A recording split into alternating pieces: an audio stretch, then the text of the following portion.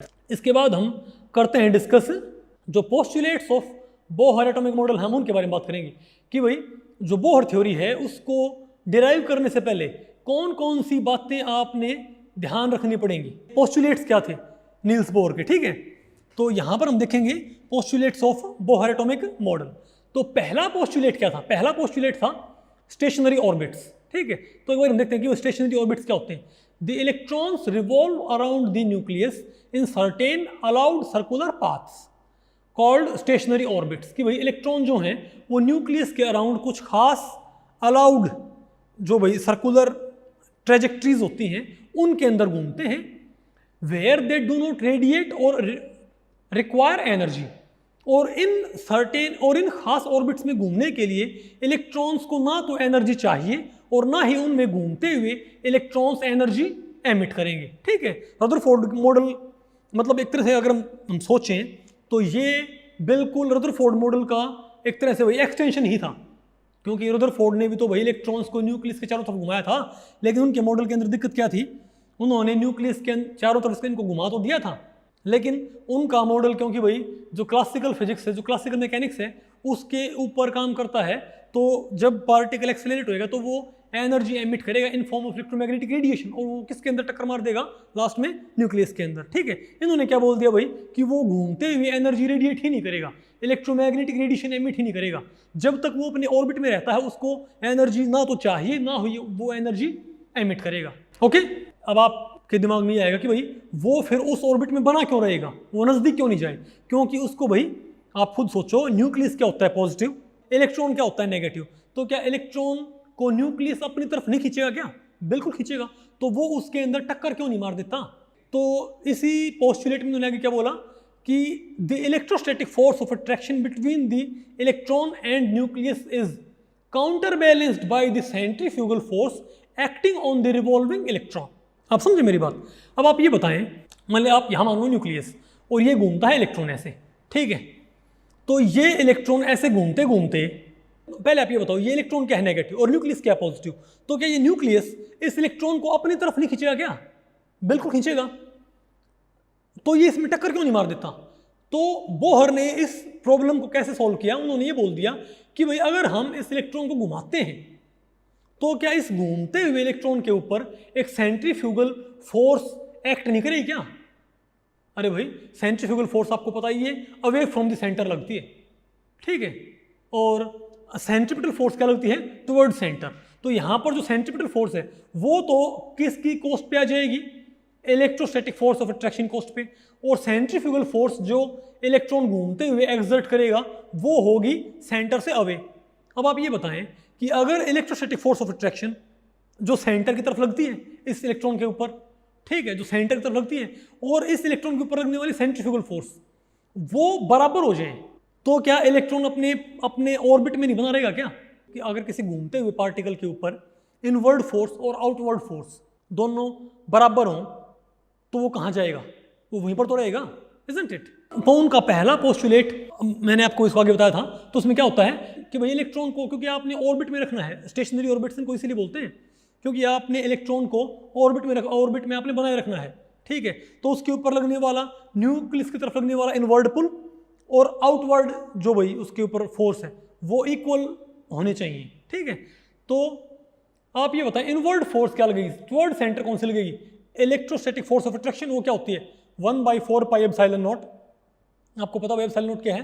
Permittivity of free space. तो 1/4 pi epsilon not, ठीक है, ZE इंटू ई। अब ZE क्या है? चार्ज ऑन द न्यूक्लियस, और E क्या है? चार्ज ऑन द इलेक्ट्रॉन, ठीक है। और R क्या है भाई? R है उस घूमते हुए इलेक्ट्रॉन की न्यूक्लियस से दूरी। तो R क्या है? Distance between the nucleus and revolving electron. तो आप ये कहोगे कि न्यूक्लियस का चार्ज ZE क्यों है? अरे भाई ZE मैंने इसलिए लिखा है क्योंकि हम यहाँ पर बात सिर्फ हाइड्रोजन के लिए नहीं कर रहे, हम बात कर रहे हैं हाइड्रोजन लाइक जितने भी पार्टिकल्स होते हैं, यहाँ पर सभी की बात चल रही है कलेक्टिवली। आप कहोगे हाइड्रोजन लाइक पार्टिकल्स कौन से होते हैं? हाइड्रोजन लाइक का मतलब ये नहीं है कि सोडियम है या आपका भाई क्या बोलते हैं जो इसके ग्रुप के पार्टिकल जो एलिमेंट्स होते हैं उनकी बात नहीं करता मैं बात कर रहा हूँ आपका लिथियम 2 पॉजिटिव जो 1 इलेक्ट्रॉन सिस्टम्स आपके होते हैं, ठीक है।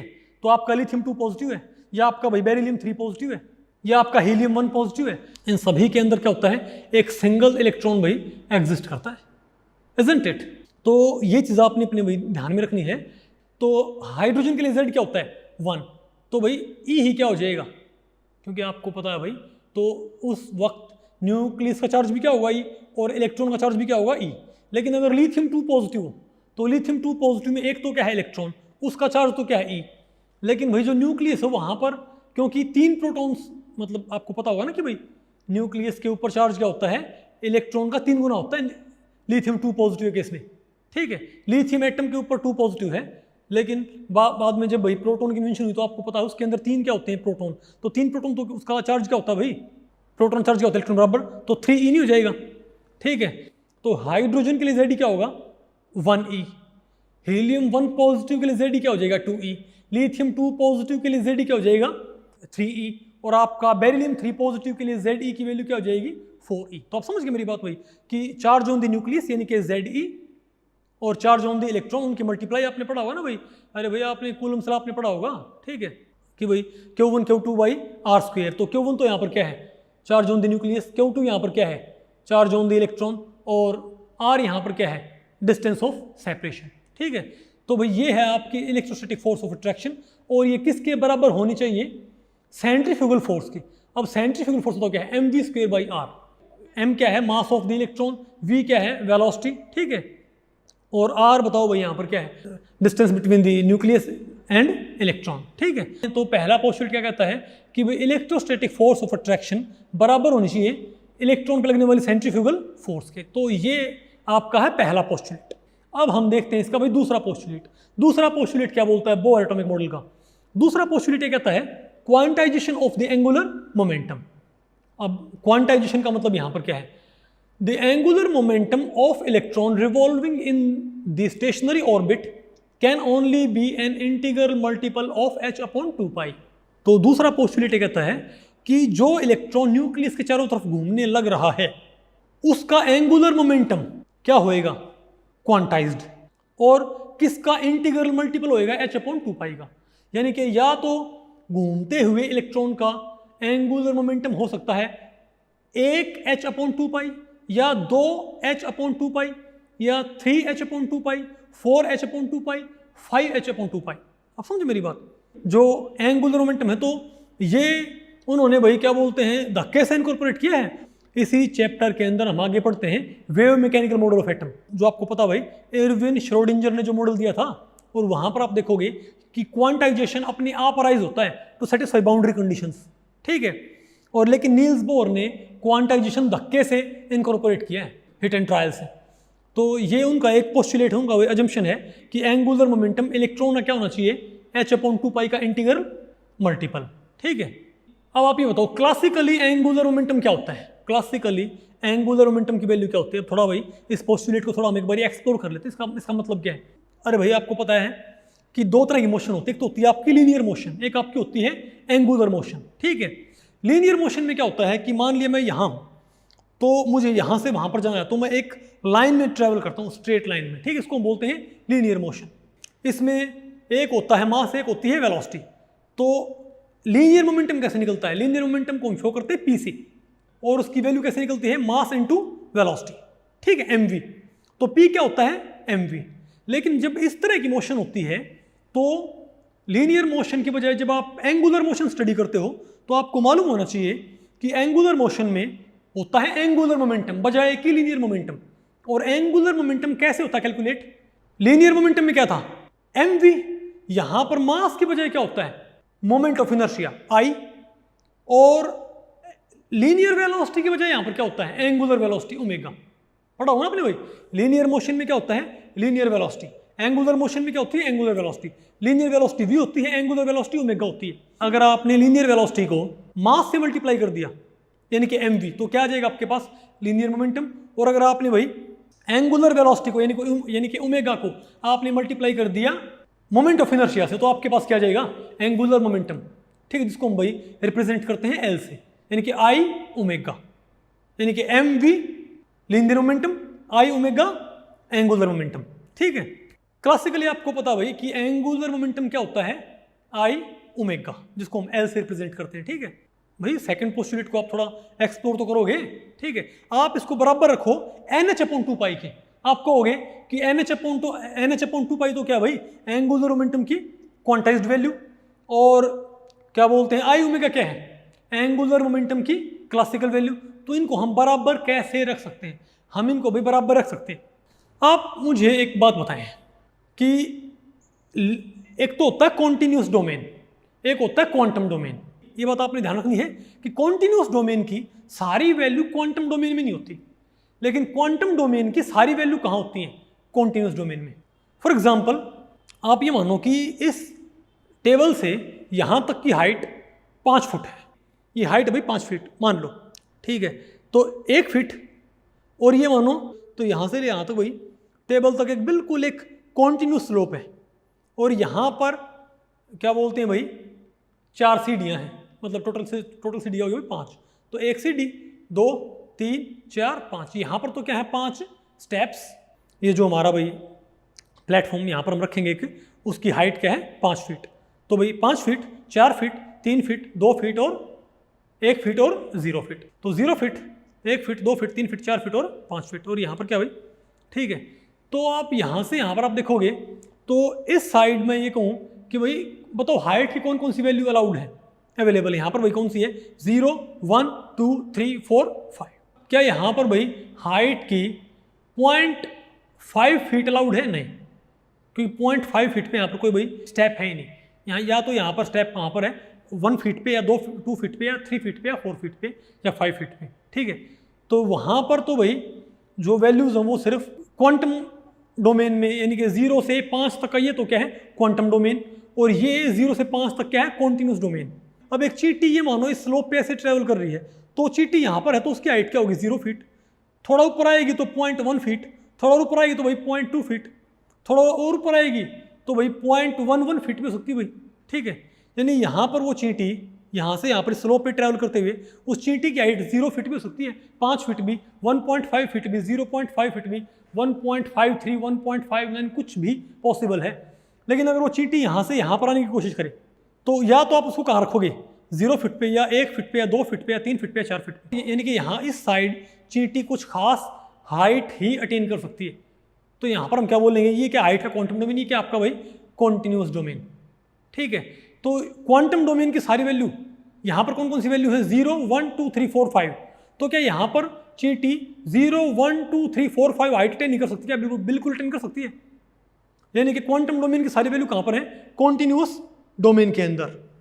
लेकिन क्लासिकल पाथ की सारी वैल्यू कहाँ नहीं है, क्वांटम पाथ में, ठीक है।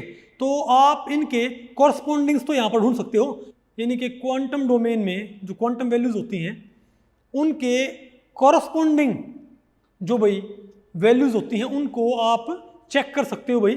मान लीजिए 4 फीट है तो 4 फीट की क्लासिकल डोमेन में हाइट कहाँ मिलेगी आपको, स्लोप पे यहाँ पर नहीं मिलेगी क्या। तो मेरे ख्याल से ये चीज़ आपको भाई समझ में आ चुकी है कि क्वांटम डोमेन की सारी वैल्यू कहाँ होती हैं, कॉन्टिन्यूस डोमेन में, लेकिन कॉन्टिन्यूस डोमेन की सारी वैल्यू कहाँ नहीं होती, क्वांटम डोमेन के अंदर, ठीक है। और इस वजह से अब आप इनको एक बार कंपेयर करो, ठीक है।